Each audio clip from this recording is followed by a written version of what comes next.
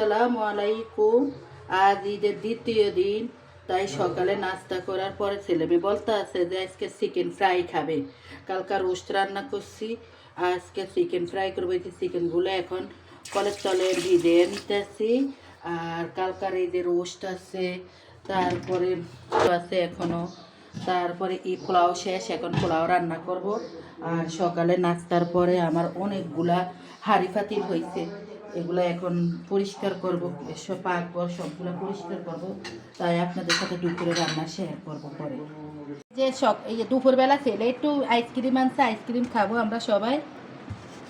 রোজা ভাঙ্গানোর পরে শরীর ক্লান্তি লাগে, তাই আইসক্রিম আনলো 5টা ছেলে 5 জনের জন্য। তাই এখন আমরা সবাই মিলে আইসক্রিমটা খাবো। এই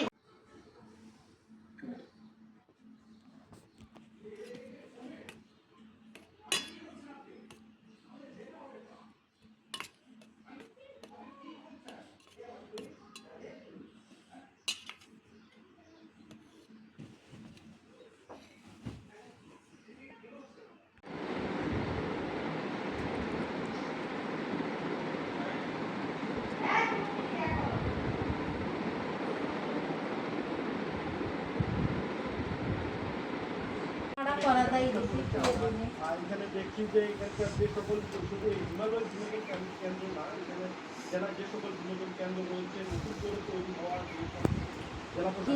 এতে পড়ি আজকে আর এটা দিচ্ছে আমার ননদের। ননদকে অনেক ধন্যবাদ তোমাকে, ঈদের জন্য আমার ননদ এটা পাঠাইছে। এটা দিচ্ছে আপনাদের আঙ্কেলে, আঙ্কেলকেও ধন্যবাদ। এটা করবো আজকে ঈদের দ্বিতীয় দিন। আর এটা আমি নিজে বানাইছি, গছ কাপড় কিনে ঘরে। আমার ছোট মেয়ের জন্য এই জামাটা এখন পরবো, ওর ফুফু দিচ্ছে এটা ওকে। পাকিস্তানি ড্রেস, কিন্তু মার্কেটে তো এখন বেলা পাকিস্তানি ড্রেস করে বিক্রি করছে। পাকিস্তান তো বেলা শুনি কোনো পাকিস্তানি ড্রেসে বেলা আসে না। কি জানি কি করে ওনারা বিক্রি করলো, তা তো আমি জানলাম না। আমাদের তো তখন বলছে যে এটা পাকিস্তানি ড্রেস। আর এই ড্রেসের সাথে এই ওড়না এখন মেয়ে পরবে, কইরা ঈদ সালামি নিবে আমার কাছ থেকে। আর বড় মেয়ের অনেক জর্জেটের, অনেক শিফন জর্জেটের থ্রি-পিস, তাই বড় মেয়ে এবার সুতির সে 3 সেট নিছে। 1 সেট ওর ফুফি দিছে আর 2 সেট নিছে। ও বলতে কি আম্মু আমি এগুলা পরতে পারি না, তাই আরং বুটিক নিছে এবার।